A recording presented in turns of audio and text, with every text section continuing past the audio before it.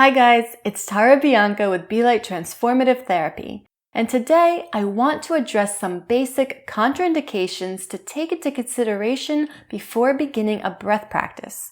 And I also want to offer you some questions to ask yourself in order to help determine which breathing practice is right for you.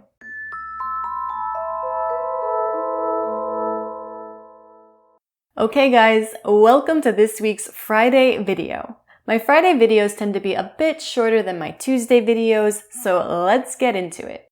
But real quick, if you like my videos, please subscribe to my channel, click that notification bell, like, comment, and share. Also, if you haven't yet tried out my free Breath Basics 6-Day Challenge, make sure you sign up for that at the link that you see on your screen or in the video description.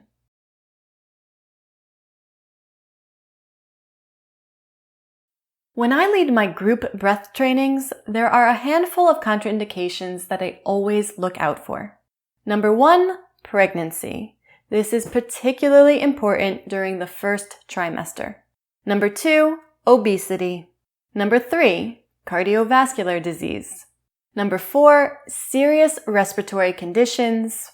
Number 5, extremely unfit or deconditioned individuals.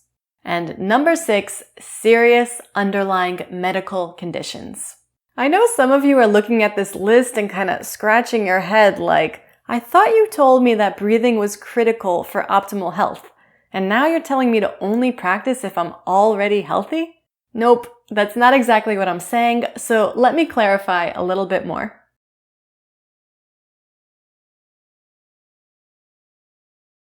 This is a gross generalization, but I like to divide breathing exercises into 2 categories.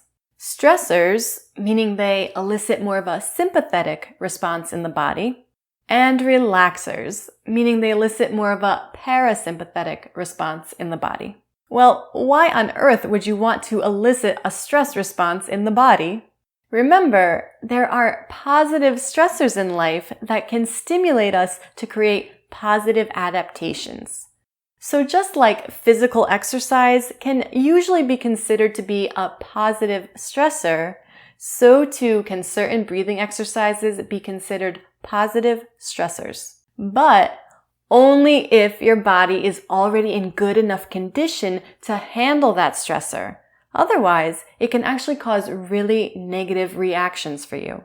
What are some type of stressor exercises? Well, in general, any breathing exercise that incorporates some amount of hyperventilation or long breath holds. So does that mean that anyone with those contraindications that I listed earlier can never participate in this type of breathing exercise? Not necessarily, but in this case, it is really important for anyone who falls into one of those special categories to really investigate the breathing method and also weigh the potential risks against the potential benefits. For these special conditions, it is my strong recommendation that you work one-on-one with a breath coach, if you are able to, as opposed to just jumping into some random breath class without really knowing what you're gonna get. And just to look at the flip side then, what are some relaxer exercises? Again, in general, this will be any type of breathing exercise that really focuses on slowing down and deepening the breath. So your particular condition might suggest that certain breathing exercises are contraindicated. But at the same time, there may be several breathing exercises that are actually indicated in order to help you improve your condition. I want to emphasize that these are generalizations and that the constitution of the individual must always be taken into consideration. Some people are better conditioned to practice certain techniques than others.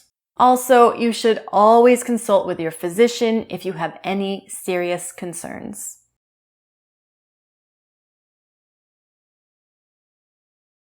And lastly, I wanted to offer you a few general questions to ask yourself and also to discuss with your breathing coach in order to identify the best breathing practice for you. Number 1, what's your intention with beginning a breath practice? what are your immediate goals? Number 2, what are your long-term goals? What are you working towards? Number 3, what is your current health profile? So this goes back to what we were talking about earlier. Does anything about your current condition prevent you from practicing certain exercises?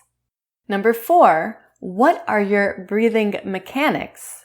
We haven't really talked about this much yet, but if there are any specific limitations in the diaphragm itself or throughout the thoracic cage, those are going to need to be addressed before you can just jump into the most advanced styles of breathing and expect to get good results. And number 5, how compliant are you? How much time can you realistically commit to a consistent breathing practice? Your honesty in answering this question is going to be critical for you and also your coach in terms of setting achievable goals and timelines for making improvements and measuring progress.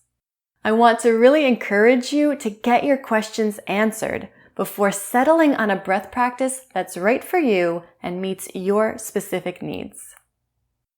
If you liked this video, please give it a thumbs up and please subscribe to my channel. Also, check out my totally free breath training called the Breath Basics 6-Day Challenge. If you want to dive deeper into understanding functional breathing, then make sure you check out my 4-week breath bootcamp. And if you'd like to donate to my channel, then please check out my Buy Me a Coffee page. That's it for today. Thanks so much for watching, and I'll see you next time.